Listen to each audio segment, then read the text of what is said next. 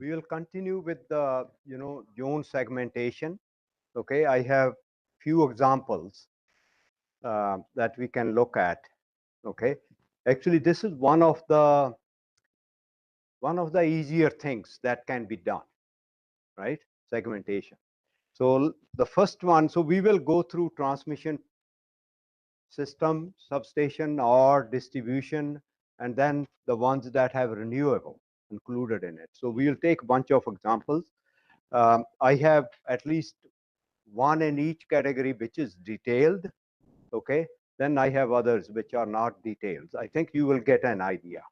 Okay, so if we look at transmission substation, typical, okay, with a process bus and a station bus segmented. We have a process bus and we have a station bus. In some substations, as we said, there may not be any process bus. There will be only station bus. Okay, so the zones in this one, we will obviously, if there is a process bus, we will have zone 1, which will be merging units and IEDs. Okay, zone 2 will have the station bus, which could have RTUs, IEDs, even sometimes gateways or HMI. And zone 3 will be the substation demilitarized zone. Okay, we'll go to the details of this in a minute. And zone 4 is the control center. So this is typically the segmentation you can do in this type of substation. And then there will be conduits, obviously connection between the communication connection between the zones. For example, zone 1 to 2, which is process bus to station bus, you will have goose, sampled values, and you could actually do a virtual LAN there, right? Conduit 2 will be from zone 2 to 3. Okay, how you will do this? Obviously, you can have a firewall there, right? And it will allow only MMS. That means client server communication type, right? Zone 3 to 4, which is substation DMJ to control center, okay, you will have a TLS, transport layer security there, right? So these are again some of the protocols. DNP3, obviously secured one, and IC104, right? Those are again the possible protocols through which the communication will happen. And the BPN will be IPsec type. I think we will later on, I'll give you some idea of different types of VPNs that are possible in this. But let's go into the details of this one. Before I start the next one, let's go into the details of that one.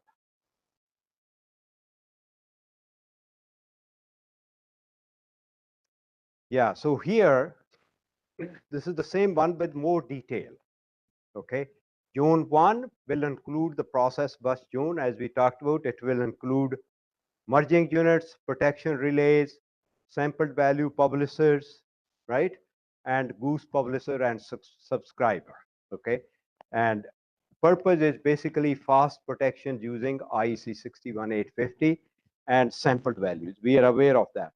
Zone 2 will be the station bus zone, okay, which will include RTUs, station gateway, local HMI, synchronization server, if you are distributing the synchronization signal, and the station control.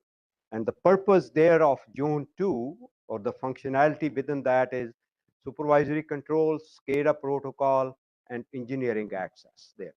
Okay, zone 3, which is the DMG zone, okay, it will include data concentrator, and this is the system log or the monitoring system that you have, and then patch repository, and then security monitoring sensors. So that's the demilitarized zone there, right?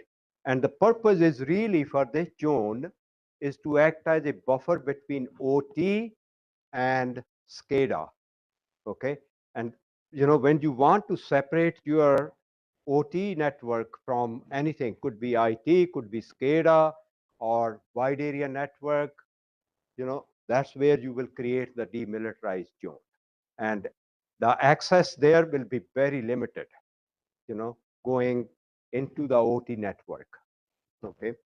And then Zone 4 is the utility WAN, which is the central control center, which will have SCADA master, EMS, DMS, okay, and any, historian or data, storage, or even the corporate or wide area network. That's why you need between this and your zones 1 and 2, you need a zone 3, which will be the demilitarized zone.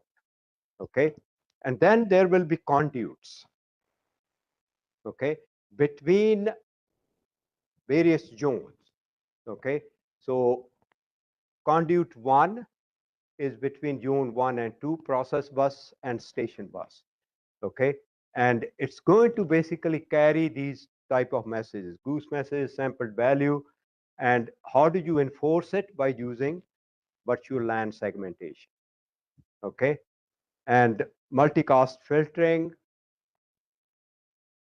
right? You are going to restrict the traffic then to only specific VLANs as well as MACs, right? And then your second conduit is between the station bus zone 2 to zone 3. Zone 3 is the demilitarized zone, okay?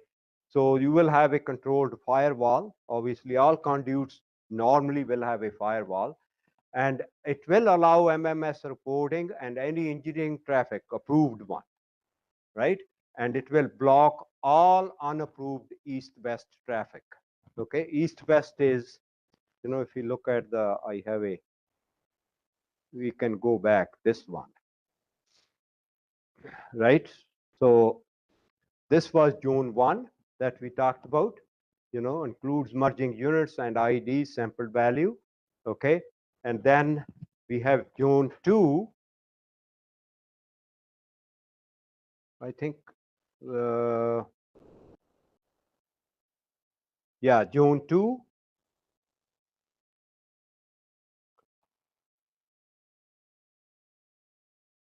Zone 4 is the control center, and then obviously zone 3 is the zone 2 is not marked. That's zone 2 there.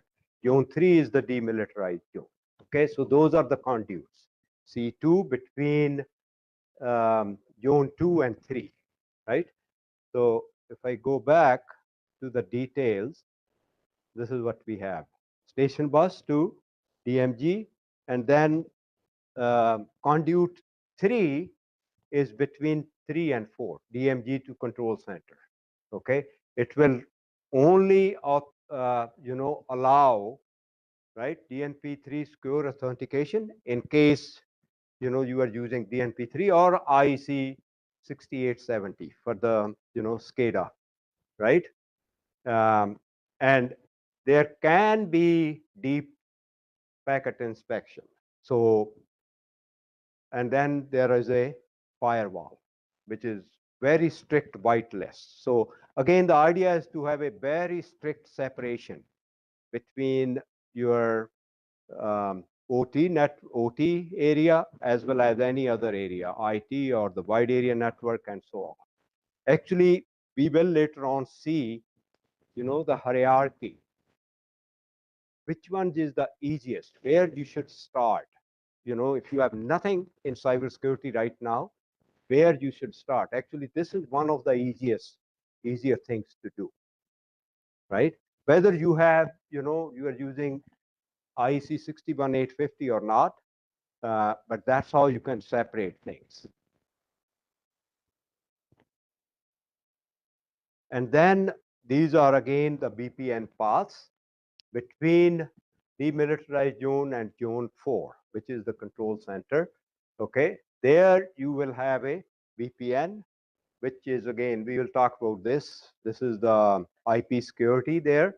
Okay, and these are again various protocols and what encryption they use within the VPN. And the purpose is basically secure authenticated encrypted link for SCADA. Okay, so that's a little bit more detail about that. Okay, let's go back to the distribution one. Okay, we will take a look at that. So let's just start with the distribution substation. And this is again based on standard IEC 62443. Okay, we talked about that. So in the distribution center, typically you could have a zone 1, which is ID RTU zone. You could have zone 2, SCADA, HMI, and zone 3 is the utility LAN. Okay, so and the conduits are between zone 1 and 2. Okay, depending upon what protocol standard you are using, DNP3 or IEC 61850 MMS. And then zone 2 to 3, which is between local SCADA and utility WAN, okay, it's going to be optimized outbound only. Okay, there is no inbound traffic there coming. Okay, and then there is a VPN, okay, engineer access via TLS VPN. Here, we are not doing the IPsec VPN, we are doing the TLS. We are aware what TLS is, right? So that's another type of VPN that can be set up. Okay, but let's look at detail of that one.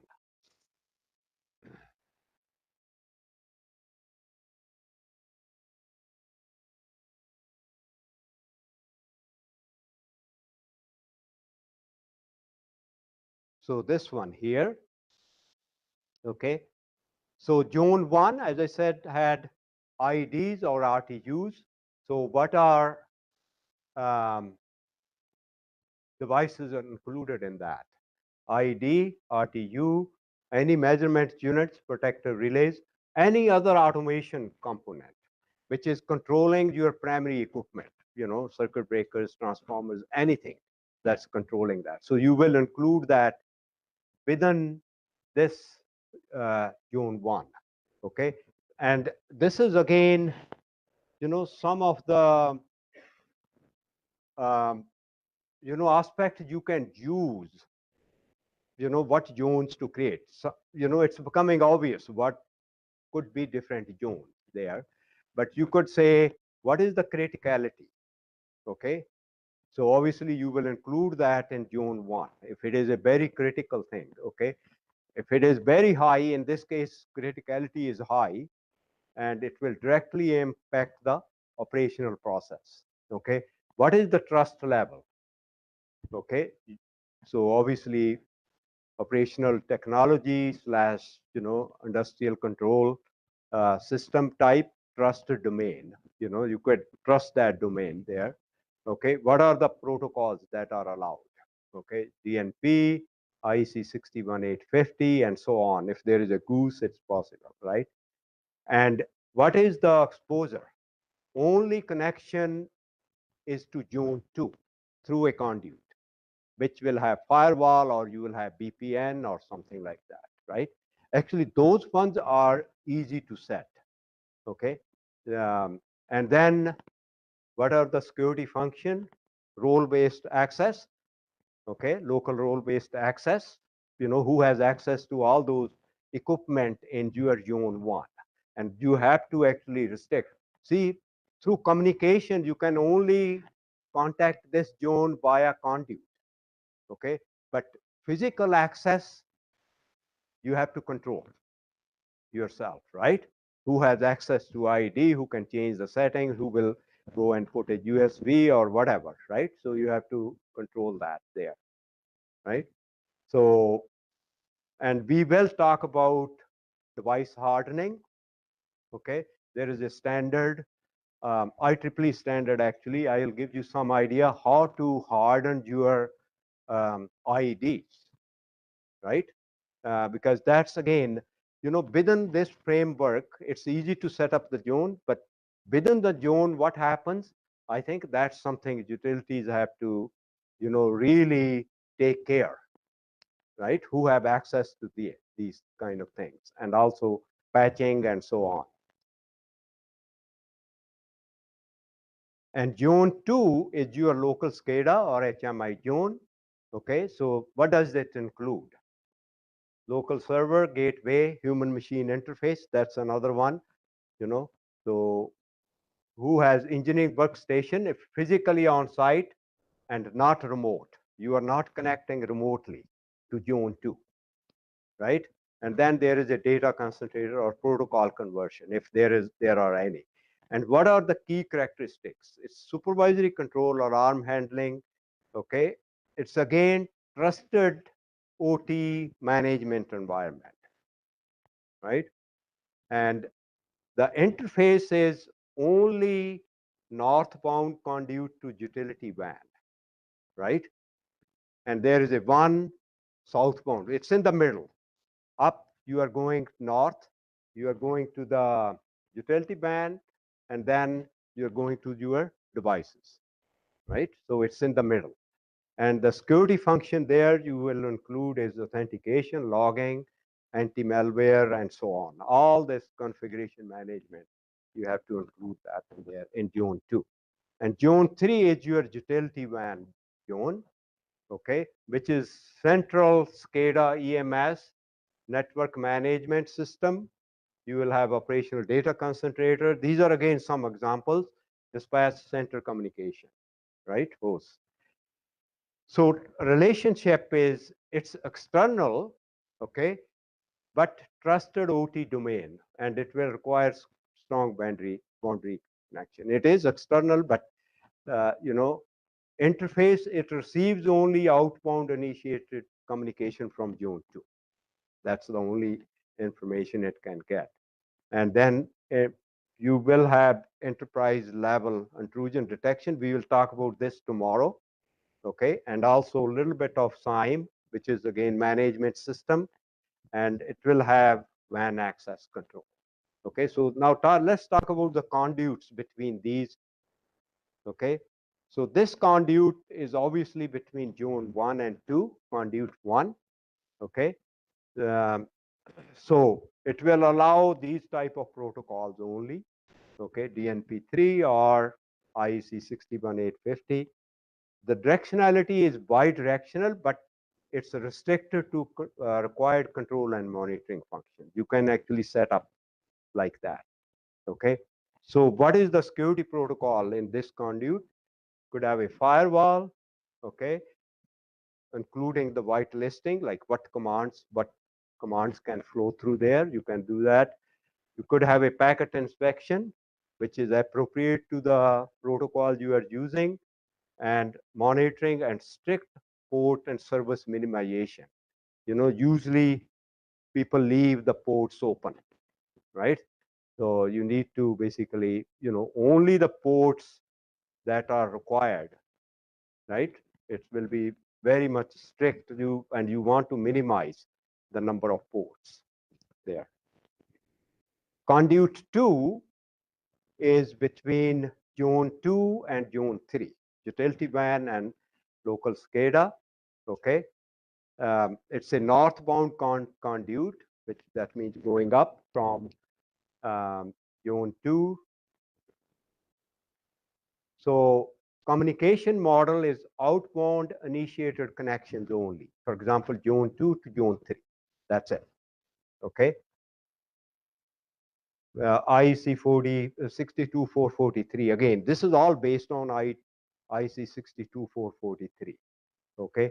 Unidirectional trust boundary crossing. Right. And the protocols are basically secure, SCADA, telemetry reporting, the story and upload. And again, you will have a firewall with default deny. Remember, trust no one. The default will be basically denying it until unless you prove that you meet all these outbound rules, and then you will be allowed. Okay, and there is a optional DMG zone you could have in there, right? And also jump host presence, depending on the jump hosts are the ones um, where you could actually, you know, um, go through without jump host presence. That means you can go from one zone to another zone without going over the firewall, right? So those again, sometimes they allow that depending on the security level. Okay. And then there is integrity monitoring on SCADA data flow. And then you could have a TLS or VPN when if your WAN policy requires that.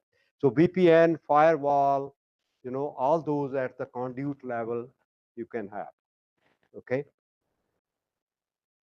So remote access has to be via VPN only. Okay, through a controlled remote access. So if somebody need to remotely access, right, and it has to be time bound. That doesn't mean you got the access and you keep it forever. You're going to basically you have access for 1 hour. That's it. After that, it's gone, right? And those type of things can be set up in your VPN. Okay. So authenticator engineering access for configuration, that's again role-based access, right? And what is the protection method? This is a TLS-based VPN, right? Not IPsec. You can actually work just with the TLS base. And the entry point, it terminates in zone 2, which we know. And or if you have a dedicated remote access GMG, right? If you have a demilitarized, usually in the distribution system, they don't have DMGs set up. And again, if your substation or that distribution system is extremely important, you may set up the DMG. These are just few examples. And some of the security functions are jump host and Western enforcement. Okay, we'll talk a little bit more about that later on. Okay, what are they? So role-based access, enable, disable, and logging and monitoring, right? Those are again some of the, and you could have some, as I talked about, you could set up a DMG, right? Those are again optional extensions. Okay, you could have a separate engineering workstation zone. You could create a zone again depending upon the requirement. If engineering people are going to access, frequently, then you may set up a zone for them, right? And then data diodes that we talked about, right? You could actually set up data diodes for data as well as control commands, right? So this is all it all looks like that, right? Zone 1 with field IDs, RTUs, and Zone 2, local SCADA, Zone 3, utility WAN, okay? And then conduits, conduit 1, conduit 2, right? So those are firewalls or VPNs, right? Very secure communication between them, right? Yeah.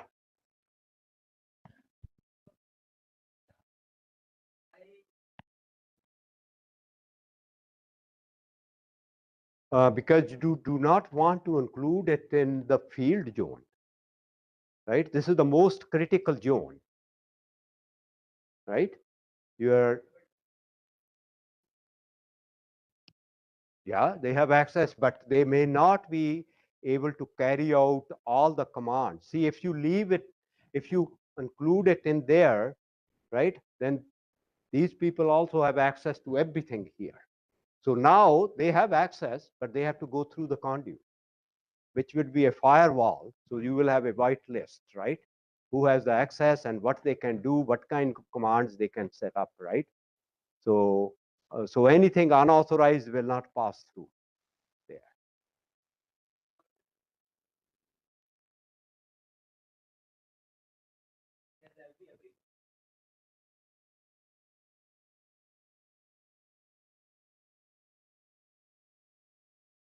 Yeah, maybe that's not the way it should be set up then, right?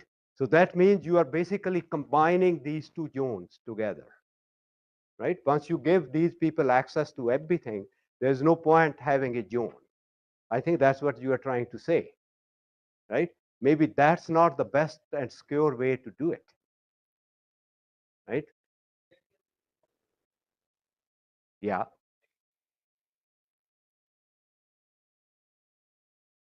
if you want to change the configuration of ID, then you could do it, but then it has to be all role-based, right? Who can change it and all, and then your firewall has to be programmed accordingly, right? So the thing is, you don't want anybody who is not authorized to come from here and do it.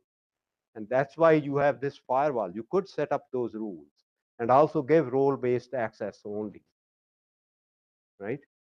So that means right now, I think the way you are describing, you basically have a flat structure.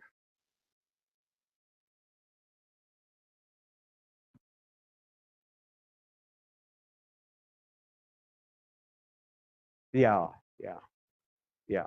So it's there, it is a kind of a flat structure, you know.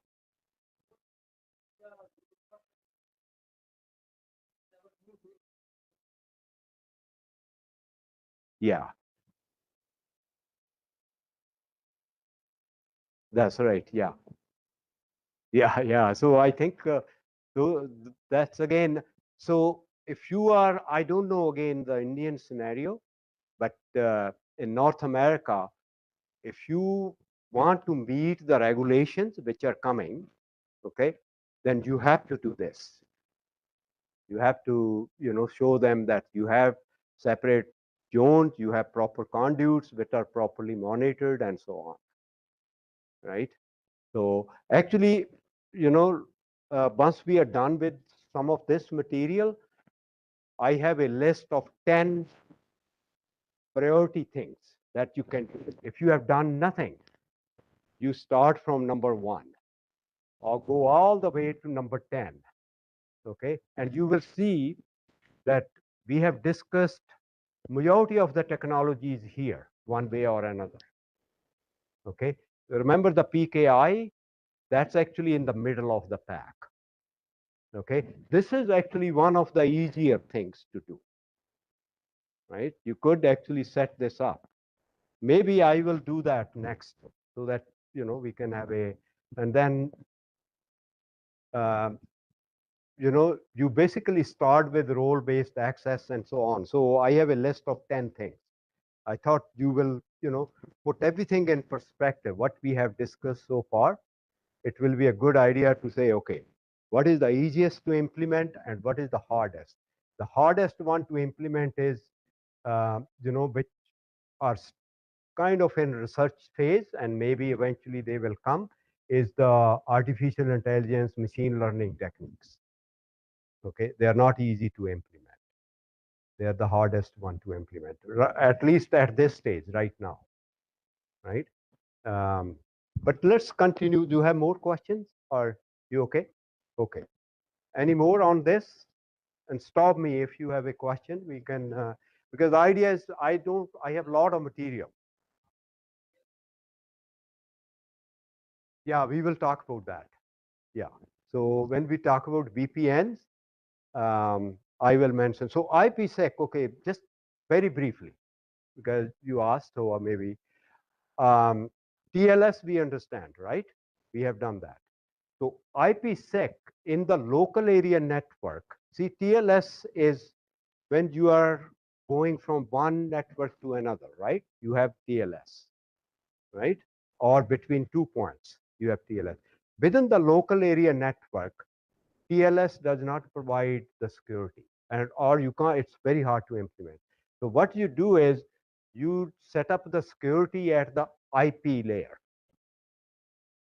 level, okay? Because so whatever happens at the IP layer, you are going to encrypt it and decrypt at the other end. Remember the 7 layer? Yeah. So at the IP, so within the local area network to provide that protection, you will use IPsec. Okay. And the idea is again, whatever data is at IP layer, you will take that and you will encrypt it and decrypt it rather, basically. Right? Yeah. So one more that I want to do, and then we will quickly go through few other examples, right?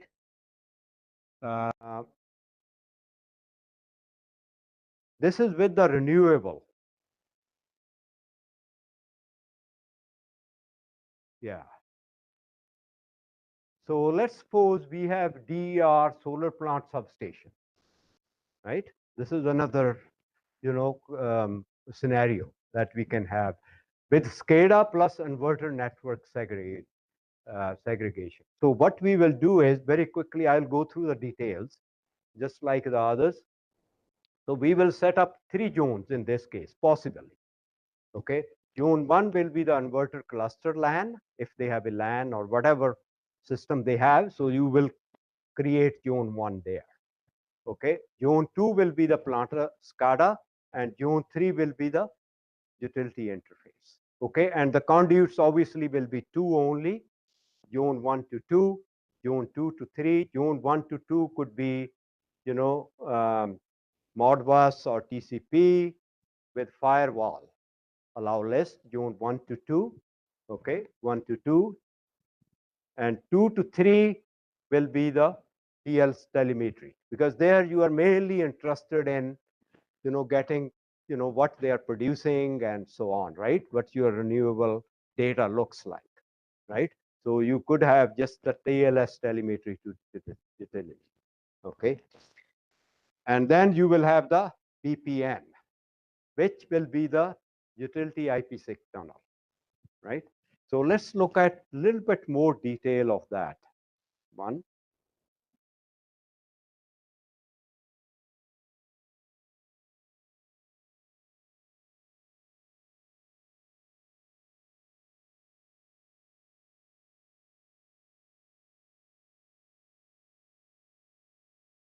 Oh, I think I went too far.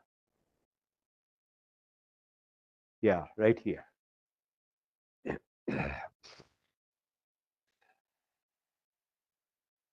So obviously we are all talking about this standard, okay, when we talk about zones and conduits. So what it does is, by separating these zones, a dedicated inverter device zone, it sets up local SCADA supervisory and a utility connection, okay, and very strict conduits controlling Modbus TCP, telemetry, and wide area network access, okay. So what are the and you have a utility managed IPsec, okay? So which is VPN basically. Right now, I think we will consider that as VPN. So what would zone 1 include? Zone 1 will include any PV inverters, power conversion system, controller, anything related to that renewable. Metering control devices, which will support the DER operation, okay? And then any local data concentrator, right? So criticality here is high because it directly affects your power generation and grid compliance, right? So, and trust level, it's a local OT trusted zone with very restricted access to it, right? And protocols could be vendor specific protocol depending on the inverter, right? Or you could have Modbus TCP for telemetry and control. And exposure, there is no routable access to utility network from here. And communication will go through zone 2 to via conduit 1, okay? And those are again some of the security functions that you can have, proper authentication and so on. And zone 2 is your SCADA zone, okay? Right?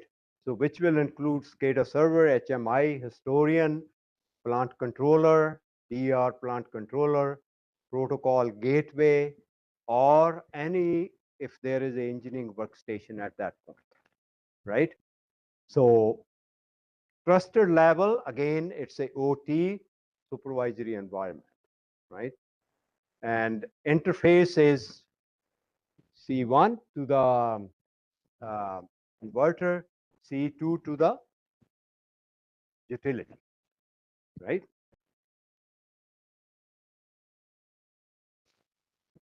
And in this case, again, same kind of thing.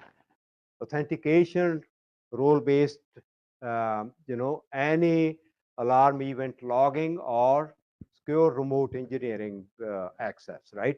So zone 3 is obviously the utility interface zone, which will include utility telemetry receiver or DER interface. And this is the IPsec tunnel termination. So this conduit will have IPsec VPN, and then grid operator, SCADA, or so on. Okay. Trusted level in this zone 3, it is external, okay, but at the same time, it's part of the utility, so it's kind of semi-trusted, okay, right? And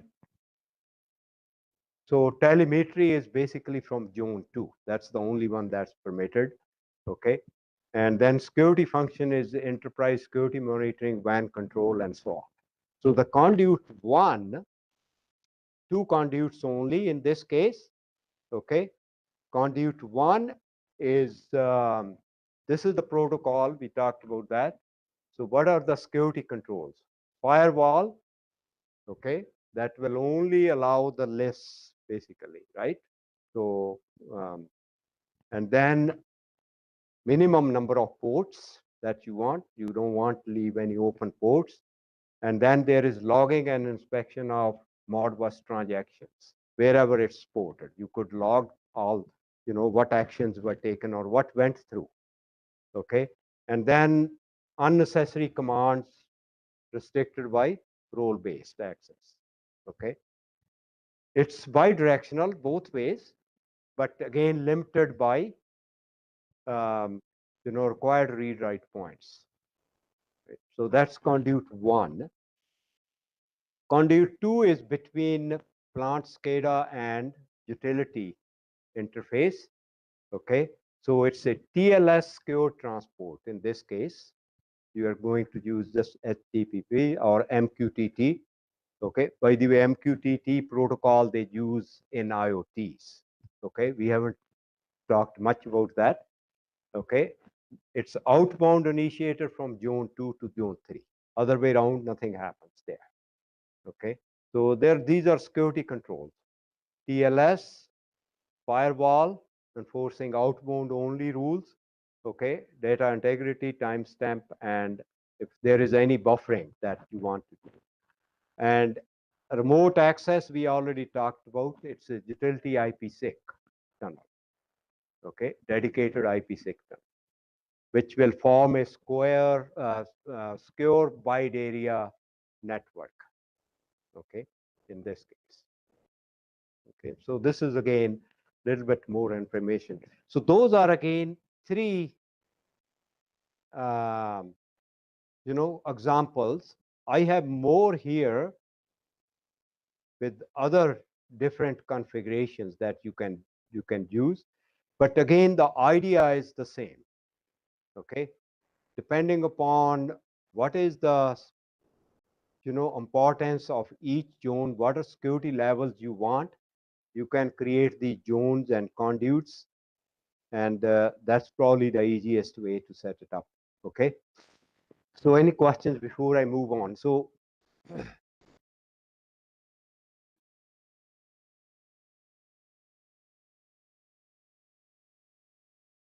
no, no, you can't jump through that.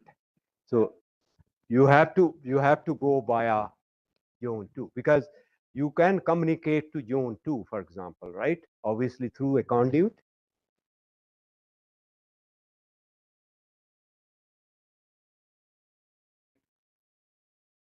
Not allowed. Yeah, you have to go to zone 2 first. You have to set up a system. If you want to do that, you have to set up a system so that you can go to zone 2, and zone 2 will forward that command. It's possible to do it. You have to set it up like that. Yeah. Yes. Yeah. So those type of things are possible, but again, you have to go through that. The idea is to limit the number of connections. That's the whole idea. behind this. So you have only one conduit between the zones, right? So idea is to basically limit the number of approaches. So it's like, there is only one road coming to IIT Roorkee, and there is a guard at that road. There is no other way to enter, right? So basically that's, similar idea behind it. Okay, any other questions? Yeah.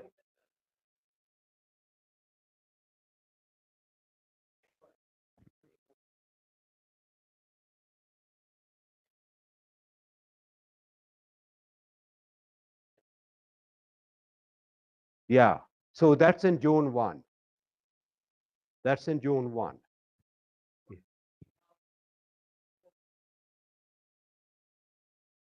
Yes. Yeah. So you can go through Zone 2 and get that information. You need? Oh, fault recorder. Yeah, yeah. So you can go through Zone 2. You can go through, or another way is to set up the virtual LAN. Remember we talked about virtual LAN, and you can include that component as a part of Zone 1.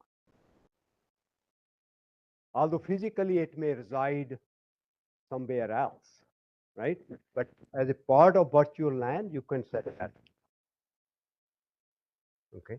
There are ways of doing that. If that's the requirement, you could do that. You could either go through Zone 2, or you can make that particular workstation as a part of your virtual LAN.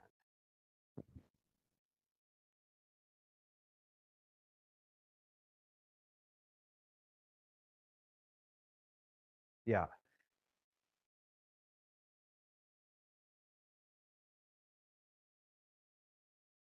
Yeah.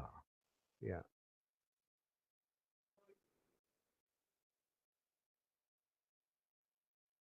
Yeah. It's yeah. So what this does is obviously it, every time you add security, it becomes restricted. That's basically what happens. Every time, and just even in our own personal life, we don't like, when we are going, we don't like somebody to stop us and say, show me the papers or stuff like that, right?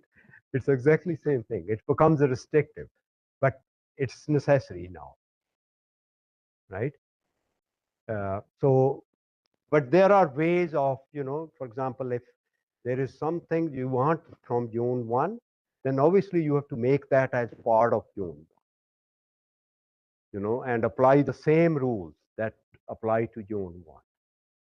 Okay, make that as part of virtual LAN, and then that engineering workstation should not be connected to anything else. Exactly. Yeah. Yeah. So then you make that as part, right? So that, it follows the same rules that Zone 1 devices follow.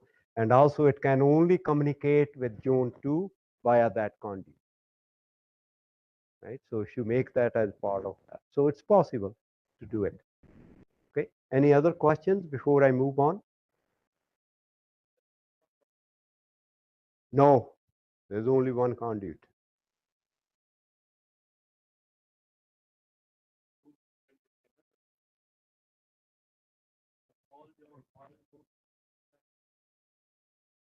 No, no, there's only one conduit. So remember the architectures we talked about, Zone 1 and Zone 2 have only one conduit.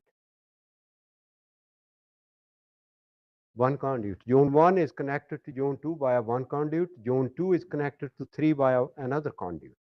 And that conduit will have firewall or all kind of security there. DMG, yeah. Yeah. Yes.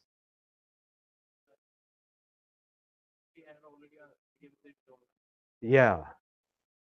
Yeah. You are using the jump host.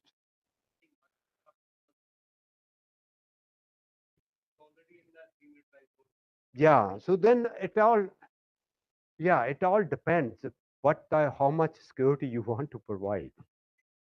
Yeah, jump, we will talk about those. Yeah, jump host and bastion hosts, we will talk about that. Actually, next we will talk about that. Okay. Any other questions before I move on?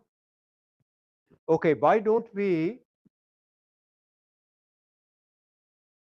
So I need my this one, this one.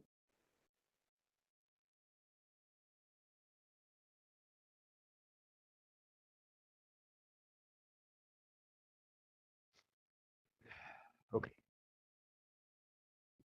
Okay, so while we are at this point, let's talk about prioritized list, and then we will move on to um, the standard for IEDs, how you can provide security to IEDs.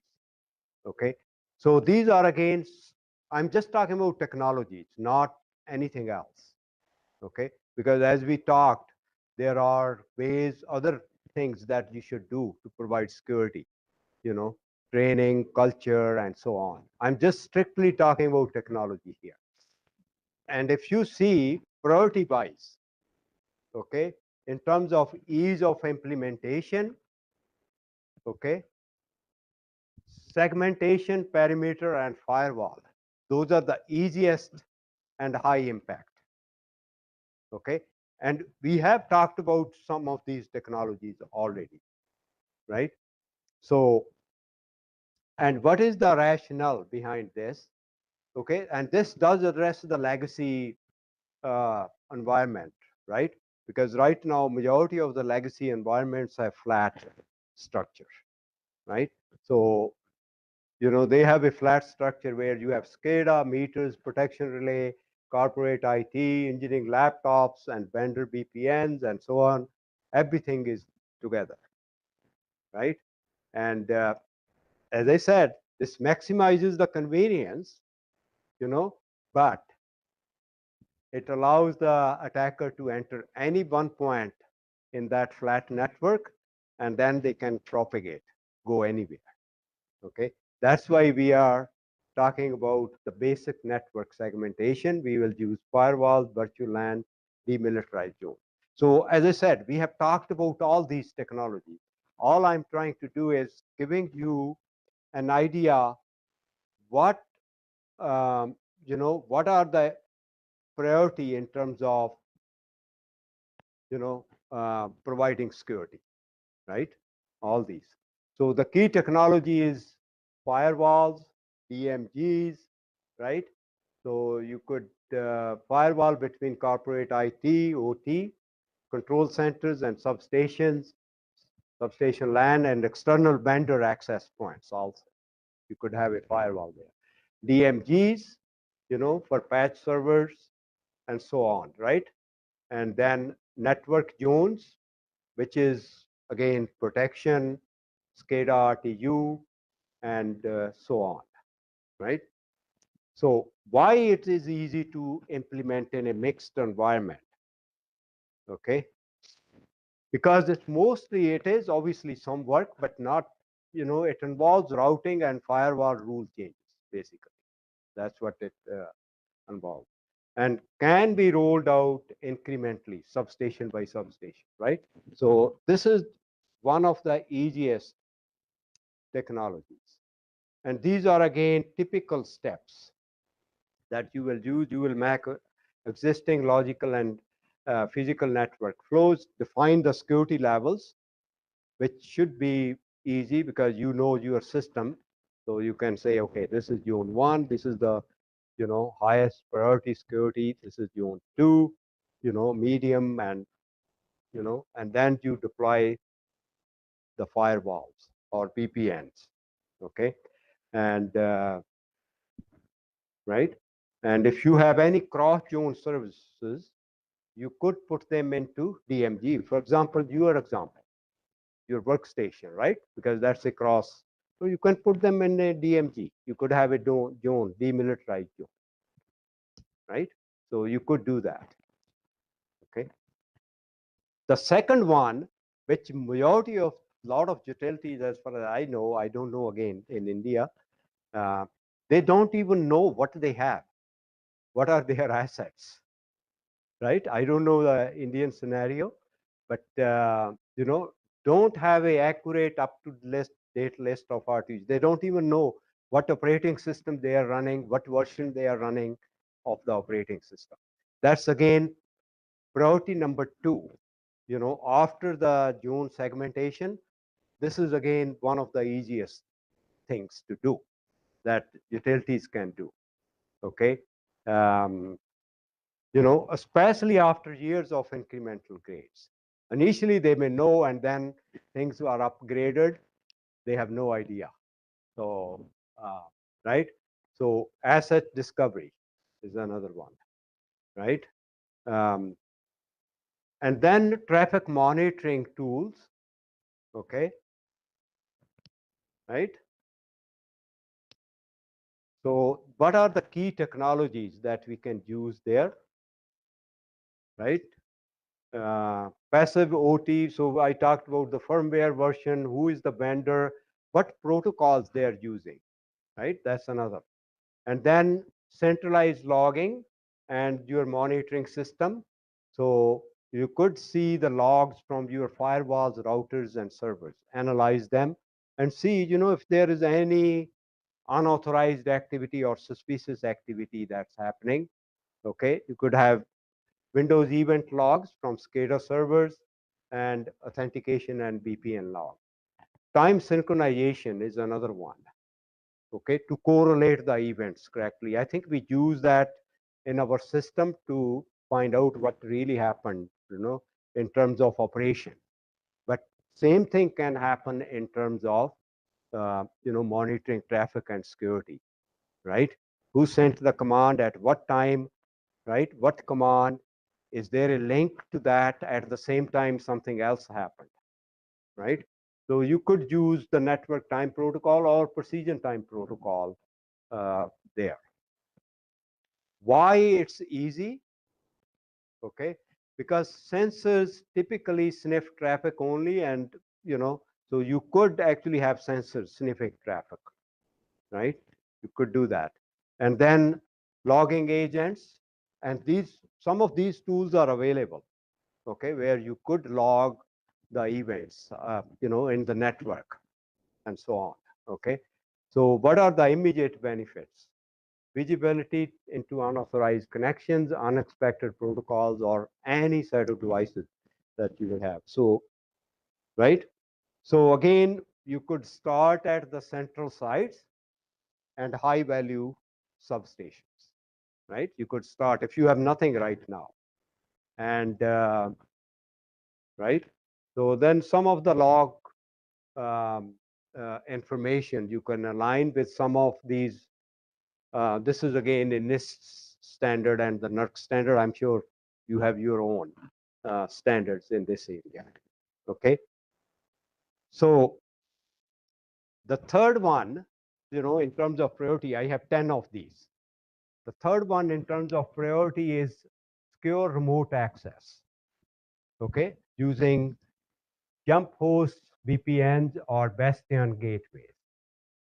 Okay, so remote access either by internal engineers or by external vendors, and this is actually a very frequent attack vector.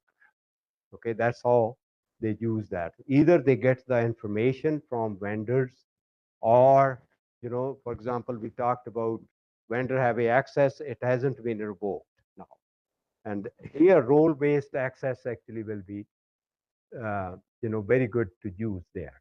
And so strengthening remote general doesn't require modifying anything, only the connection points, basically, right? So what are the key technologies there? So you are basically restricting access, okay? The VPN gateways, okay, which are dedicated to remote access, but separated from your corporate VPN, and then jump servers and hosts in the DMZ, okay? They are within the DMZ, okay? So users will log into the jump host, and from there you will, have controlled remote desk protocol or secure cell to OT asset. Okay, so those are again jump. So jump servers, they are, I think you asked that question. They are security critical, used to provide controlled access to sensitive or isolated environment. Okay, whereas a Bastion host is basically again a very secure server that will enter as a act as a secure entry point, okay, to a private network. So they will actually sit at the edge of the network. Okay, so this is again, in order to get into the demilitarized zone, you have to go through some of these servers. Okay, so this is additional security that you have. Okay, you have set up the demilitarized zone, but in order to get into that, you have to go through some of these. Yeah, so this is additional security that you have. Okay, and then you have the just-in-time access, okay, which are temporary accounts or times limited windows, right? So you may give a temporary access to, say, a vendor for 2 hours or for 2 days or for 1 week, right? And so why it is easy? Because the change is focused on access gateways rather than refitting the individual IEDs, right? So that's again the third one, right?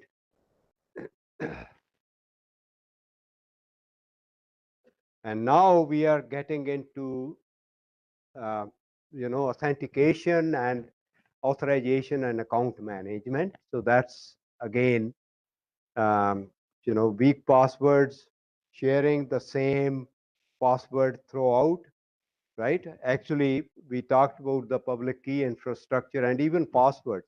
Many IDs will share the same public and private keys, right? And many IDs will have the same password, right? So this is actually very weak authentication, okay? So strengthening identity and access management, that's what we call IAM, okay? And what are the key technologies there that are used is multi-factor authentication, which we are all familiar with, okay? Remote access to VPN or jump hosts, okay? Workstations or SCADA HMI, okay? There is central identity store, okay, which is basically an active directory which is integrated with the OT gateways, right? And you could use that along with firewall. And we talked about the role-based access control, who gets to do what, separate operators, engineers, and vendors and auditors, right? Separate them from there. And then password vaults, right? Why it's easy-ish, in a mixed fleet. So you have, Active Directory, lightweight directory access protocol integration. Okay, it's only servers and gateways, not individual IDs, right? So that's why it's easy. You are okay. So it can be again rolled out gradually, BPN or jump host, control center workstations, HMI. So at various levels, you can roll that out. Okay, and then um, the fifth priority that you can do is hardening of SCADA hosts and engineering workstations. Okay, right? And the rationale is, even if you have your field devices, which are legacy devices, which, you know, um, which are fragile and, but many attacks, if you analyze the attacks, they are happening from Windows-based SCADA hosts. Okay, there are very few attacks happening actually from IEDs, directly from IEDs. Only when, IEDs ports are left open or passwords are compromised for IEDs, or they are, very easy passwords and so on. But this is where it happened, right? So And if you harden these, it's easier than replacing or upgrading every IED, right? Because you have fewer of these devices, so you could do that. Okay. So what are the key technologies that can be used in this? Only approved binaries can run. Okay. You can't run every single program and so on, right? And then antivirus and endpoint detection and response. Antivirus you should run. Okay. And then host-based firewalls, inbound, outbound connections. So again, these are easier things to do. Okay. And then USB control, because a lot of viruses come through the USBs, right? So, right. So host-based intrusion detection, um, there are some prototypes, but we talked about that. That's still not there. You have a network-based intrusion detection, but host-based intrusion detection is not there. So the ease of implementation in this case is because it's limited scope, okay? You have only fewer number of servers and workstations, so it's actually easy to implement. And you can test this in a lab environment also. You don't have to actually shut down your systems and so on, right? So the number 6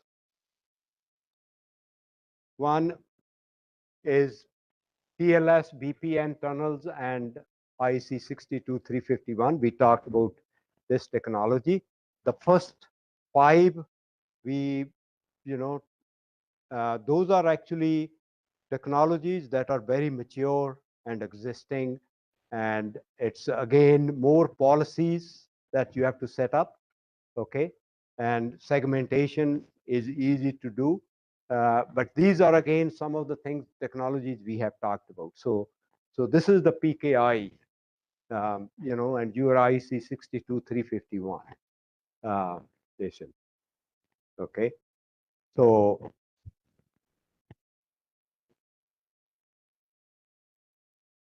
what are the practical technologies for existing systems? Okay, VPN tunnels, it could be IPsec or TLS tunnel. Okay, we already talked about where they should exist, at the conduits level, right? And and then we have field deployable crypto gateways, right? Those are again, sorry,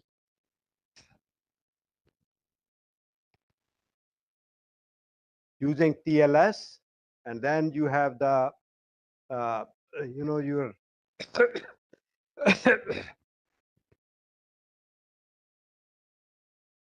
native IC.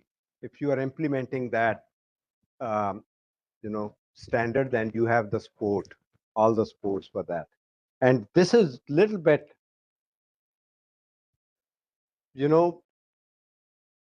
VPNs are easier to set up, but this public key infrastructure is a little bit more complex, right? We talked about that a lot already, right? At number 7, we have the intrusion detection system, okay? This we will talk about tomorrow in a little bit more detail. So there are 2 types, network-based or host-based. Host-based is obviously at the device level. Okay, network-based is at the network level. And the idea is to monitor all the traffic and look for any suspicious activity on your network. Okay, it could be rule-based. You could have a bunch of rules and saying, if I see somebody trying to access an ID multiple times, okay, and is unsuccessful, that means something is going on in that case, right? So, that's one simple rule that you could set up. And usually when they monitor the traffic, majority of the time on your network, you have an idea of the traffic volume, right? Majority of the time, that, approximately this much volume. Actually, I'm not sure if I will get time, but we did monitor IEC 61850 traffic in a substation. Okay, and from that traffic profile, right, you could use that to define the rules for intrusion detection. Right, you could say, okay, I'm not, if you suddenly see 15 goose messages, that means something is wrong. Okay, usually that doesn't happen in your substation. So things like that. Okay, you could have network based, you could have host based. Host based, our IEDs do not have the capability to do it unless you add additional hardware. They don't have the computing power to do it. Okay, so these are again signature based, or you could have anomaly based, right? And then the host based is basically, if you are able to do it, then as I said, right now they don't have. Those are again research based, research level IDs. Commercial ones are not there yet, right? So in this case, the complexity is obviously, it requires deep knowledge of normal operation. I just talked about that what is your normal situation like, right? And then it will require the integration with the monitoring and then incident response process. But how do you respond after you find an incident or a malicious activity? Okay, you could start with a monitor only phase in a test environment, and then go from there, right? So you monitor it, understand the rules, understand the normal situation, and then from there you make the rules for intrusion detection. And by the way, there are actually a lot of packages now which are available. So you can set up intrusion detection systems fairly easily, okay? Fairly easily. It's not easy, but fairly easy, right? And then, as we keep going, it becomes more and more complex. Microsegmentation and software-defined networks are there. That's the next. And the key technology is there, software-defined networking. Rather than having switches and routers, you could, have a software-defined network. And on the fly, you can change the rules. And you can, right? So host-level microsegmentation, virtual machines, right? So that's possible also. And then dynamic access control. Okay. So those are again not easy to set up. These things are not easy to set, but those are the key technologies. Okay. So it will require mature asset inventory and traffic baselines. Okay. And you have to, we are going to block some messages. So you don't want to block your legitimate message. Okay. So legacy switches. So here, your some of legacy equipment may not support this software-defined network protocols that they are using, right? So, and then at number 9, we have advanced analytics, machine learning, and AI-driven. I think Professor Bhalja talked about the work they are doing in this area. Okay, this is more at the research level. Okay, that's happening, but eventually maybe these technologies will become prominent. So now one thing is there, this quantum-based computing is actually, we talked a little bit, it's making all these previous technologies, kind of obsolete because you can break them, right, using quantum.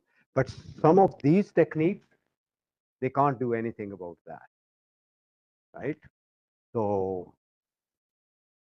right, so machine learning based network intrusion detection, you could do that. And then behavior analytics, okay? You looked at the phasor measurements and how it could be, you could use that. information to see if it is normal or not normal, right? Things like that. Okay. And then you could have a distributed framework. You could have multiple IDS, intrusion detection system, and correlate that information together. It's much more, complex technology. Okay. So, and right, um, tuning models, right? So you have to have that. It will require additional computing power, right? So that's again, more at the research stage. Okay. And then the last one is zero trust architecture and secure by design power system. That's actually the most transformational and the highest difficulty to implement.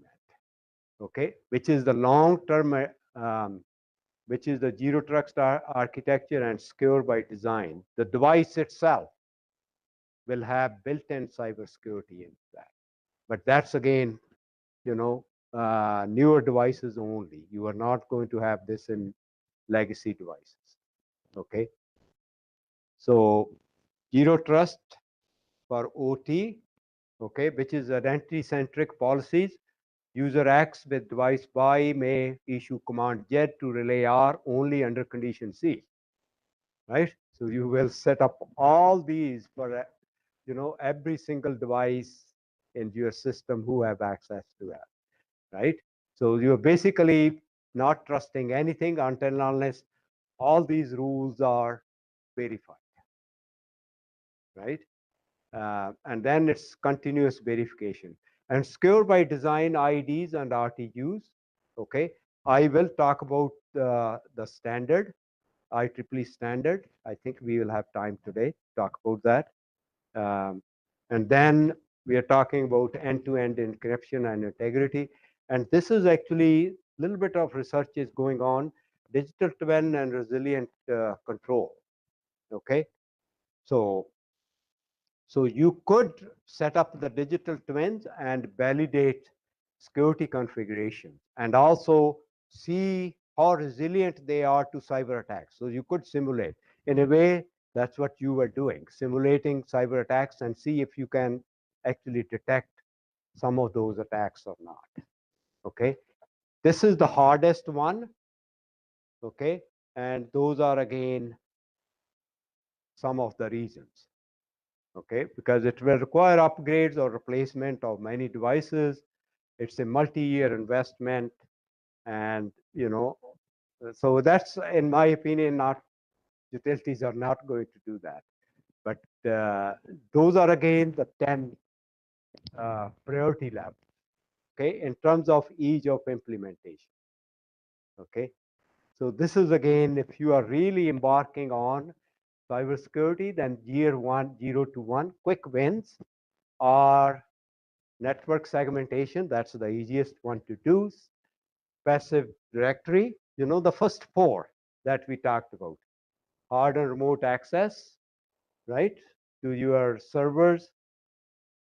Okay, and then year 1 to 3, maybe it will be year 0 to 3, I don't know, and this will be maybe year later on, right? Again, depending on the utility, how serious they are, and so on. So these are, again, we talked about the, the middle ones, which is IEC 62351, right? And intrusion detection system and microsegmentation. And the other 2, which is the advanced analytics and software defined networks and so on, those are the hardest one to do. Okay, it will take, I don't know how many years by the technology becomes mature. But I thought before we move any further, it's a good idea to just look at where we are, and we have talked, majority of these technologies here, we have talked about that one way or another. But this is kind of putting it all together. That's where we are. Okay. Okay. Any questions on this? Yeah.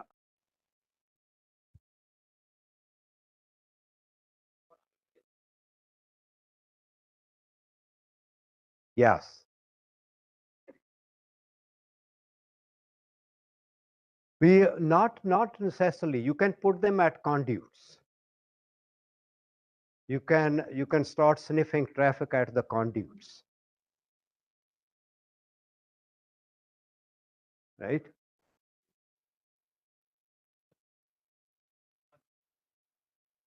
Yes,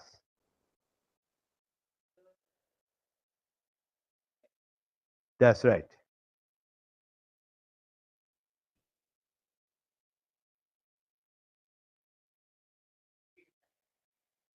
That's right. Yeah, yeah.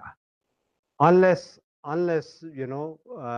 so it's mainly for intrusion means coming from outside, right? So it has to come through that, right? So usually at the conduit level, that will be, we'll talk tomorrow about intrusion detection. That's where they will place them. Yeah,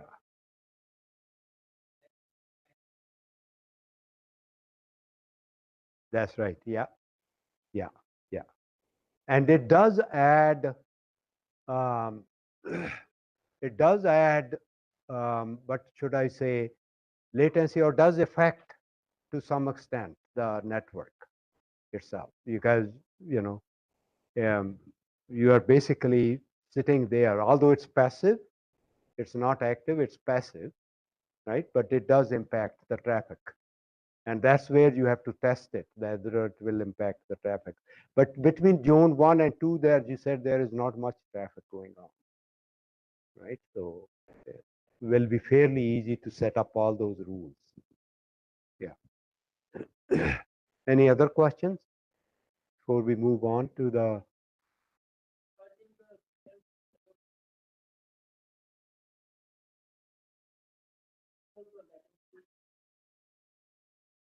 latency?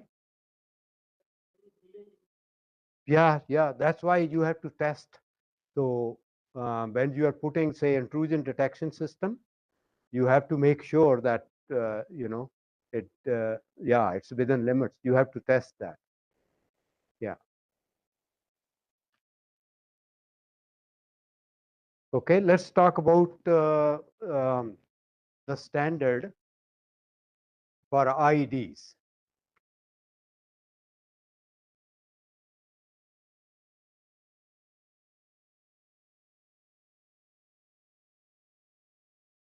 I'm not sure we have it here.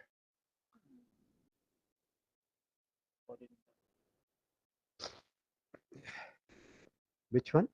This one?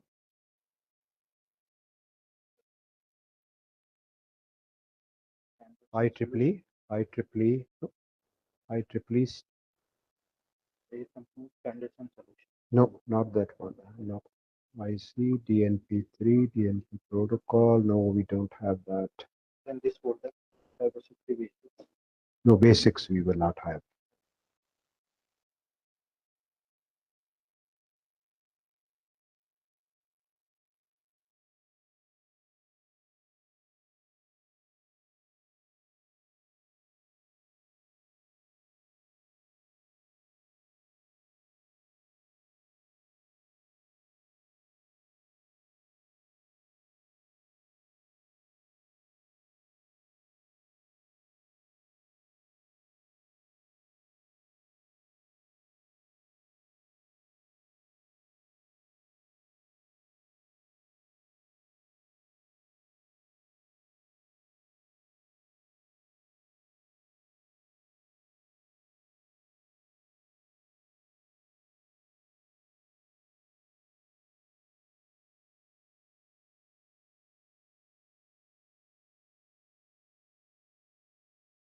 Yeah.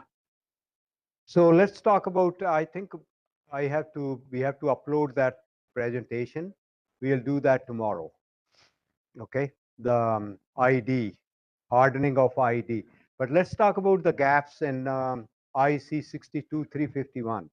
All these standards, they are not perfect.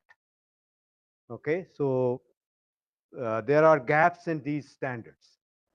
Okay. So we have already talked about um, IEC 62351 and various parts of it. Okay, but we want to talk about the gap. Gap number one, as we all know, it is the legacy systems. Okay, so many substations are still using 6870-5. There's no inbuilt support for encryption and authentication. Okay, IEC 62351 suggests gateways, which is not always feasible. So legacy system is a problem to apply this particular standard, right? And in the Ukraine, huh? Yeah,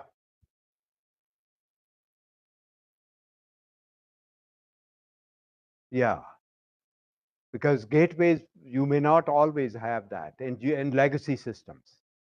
We're talking about, yeah, we're talking about legacy systems because you can't apply it. So this is one gap. And the standard does not give you any solution to that, right? That if you are applying this standard to legacy system, what do you do in that case, right? So it's basically, I would say, this standard is much more forward looking rather than trying to, integrate even the legacy system. So this is one of the problems with the standard, okay? Um, so actually in the Ukraine attack, they relied on the gaps in protocol protection, right? So protocol itself does not have proper protection. So there was unprotected remote access, actually open ports, basically. That's how they attacked because this example comes up every time we talk about cybersecurity. The Ukraine system comes up, right? So gap number two is interoperability issues, okay? The vendors, although they may say they, you know, um, meet this standard, but they all interpret it differently. Okay, and same is to some extent true in IEC 61850 as well. You see that they're supposed to interoperate, but they don't, right? So that's another. Uh, and then there are optional features in the standard which will lead to fragmented security, right? And the example is basically downgrade attacks, right? They will look at the weakest supported protocol, right? Because the protocols themselves, may not provide all same level of security. They may provide different levels of security, and attackers will look at uh, you know, the weakest one. Okay, and this is the one. Sometimes you use TLS, sometimes you use the secure socket, right? This one is not as secure as this one, right? So, so that's the problem. And actually, in one of the attacks, this was used also. Some devices were using SSL, other devices were using TLS, and they exploited that weakness there, right? And then there is weak key management. But, it really doesn't provide the operational clarity. It does talk about key exchange, but there is no operational clarity, how it's to be done and what are the restrictions and so on, right? So, and there is infrequent key rotation in practice, right? You should be changing keys just like password. You should be changing the keys very frequently. How frequently and so on, there is no operational clarity in terms of key exchange. So this is another gap, okay? And we talked about the key reuse exploitation. This is again an example of attacks that has uh, you know. So they were using the single key across 100 plus IEDs, same private key, same public key, for any encryption. So if you compromise one device, that's it. You have access to all other devices. Same thing with passwords. We talked about that, right? Those are again practices and policies more than technology. Okay, I think, even if you do segmentation properly and put the VPN and firewall, plus you do proper role-based access control, plus you follow some very strict policies about passwords and multi-factor authentication and so on, you are almost there in terms of cybersecurity. So don't really need to do. So gap number 4, real-time threat detection is not there, obviously, right? We focus is on prevention, not detection, right? So for detection, you have to use a separate, intrusion detection system. So this standard doesn't talk about detection. It basically talks about prevention, how you can prevent by encryption and signatures and so on. Okay. So this is another one. Exploit an IIT firmware went unnoticed for 6 months. Okay, attackers have access to IIT for 6 months because there was no detection mechanism, right? So until and unless you have detection, you don't know that something suspicious is going on in your communication. Okay, so there is no logging or monitoring. This is again part of the previous one, same one. There is no detection, and it's really designed for small to medium networks. Okay, as soon as you start adding thousands of DERs and microgrids, the complexity becomes huge. How do you manage all those keys and everything? It becomes very, very hard, right? And gap number 6 is there is no secure update framework. Okay, right? There is no secure framework for update. So you have manual updates, which are common, which are prone to errors. Actually, a lot of errors are created by the technicians themselves or people trying to upgrade the firmware. And this is why many utilities don't like to upgrade the firmware, because sometimes it creates more problem than solve, right? They will continue using, but then you may expose yourself. If it is a patch for security, then you may expose yourself, to that. So no cross validation between cyber physical layers. That's again, the standard doesn't have that. Okay, right? So that's another gap that this standard has. So it has limited role-based access control. There is no standard roles. You have to define your own roles and hierarchy. Standard really doesn't tell you that what are various roles. It doesn't give you much guidance. It just says that do a role-based access control. That's it. It doesn't tell you that, what are the categories and how much access each of those categories should have. You have to define your own in that case, right? So there is very limited guidance in that. Okay. So there is another example of an attack where, they exploited weak access segregation, right? So, right, so there was not proper segregation of access. Okay, everybody has the similar kind of access to that. Okay, so unauthorized firmware uploads due to broad privilege, right? Because everybody has a privilege, so they could update the firmware in a device, right? So that's the. So gap number 9 is the vendor lock-in concerns. Okay, there is very little test bed or certification program, right? So that's again um, a concern. Gap 10 is no procedure for handling detected threats. IC is not reactive, but is reactive but not proactive. Okay, So they do not have any procedure for handling detected threats. There is nothing mentioned. How do you handle that? Okay, that's again up to the utility, because that's another area.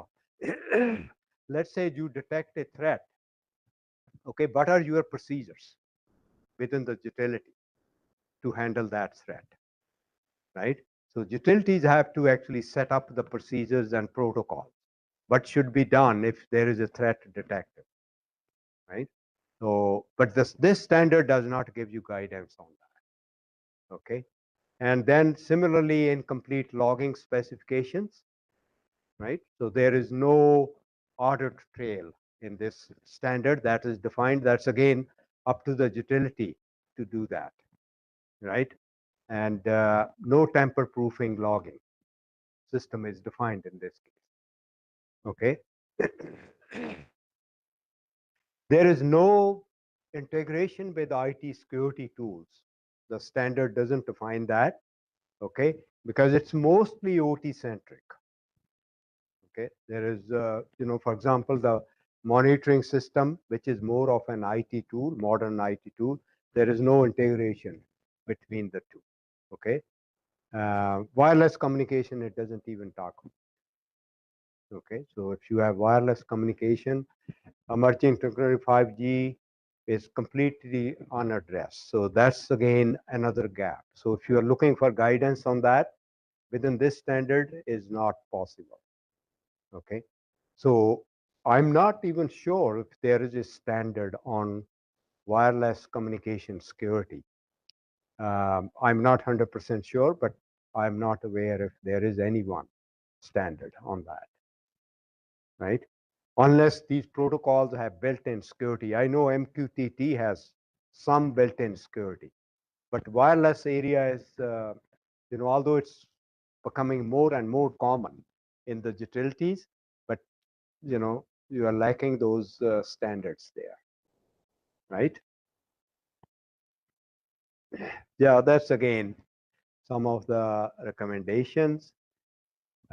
So as I said, utilities have to start doing their own uh, management and so on. Okay. So hopefully, because these standards are dynamic, okay, every revision they add something. Hopefully in the future, they are going to add some of those gaps, that have been identified, and then add wireless and IoT and so on, and even DERs and so on, right?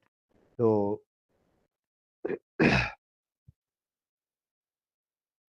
yeah. So anyway, any questions on this? So this is again just to identify that every standard, doesn't matter what it is, they will always have some gaps. Okay, and it's good to identify when you use them, so that the future revisions of that standard can address some of these gaps for you. Okay. Yeah. So tomorrow we will talk about the one I wanted to talk now, which was the standard for IEEE standard for IEDs. How do you secure IEDs, right? That's one. And we will talk about the IDS. Now we have a choice. I want to ask you, do you want me to talk about auditing or IDS, intrusion detection system? Because we will have time only for one. Either we can talk about security auditing. Yeah. IDS. Yeah. Yeah. So listen, what I will do is IDS. Yeah. See, I don't want to rush through the material. What material we do, I don't want to rush through. We want to do whatever we choose. We want to do a proper job. And then the other one, I can provide you the notes. We'll give you the notes for that. Okay. Yeah. Auditing is, we can do auditing also. Okay. I'll provide you the notes for that. Okay. It seems that majority of the people want IDS to be discussed, right? So I can provide you the notes, and we can always discuss. If there are any questions, we can always talk about those. Yeah. Okay. So any questions, any discussion for today? No, we are good. Yeah. Yeah. I thought this, priority list was useful, I hope. Yeah. That, because we talked about technologies, but I think put everything in perspective, that priority list, right? Especially from utility point of view, what is possible and what is the easiest to do and what is not possible. Okay.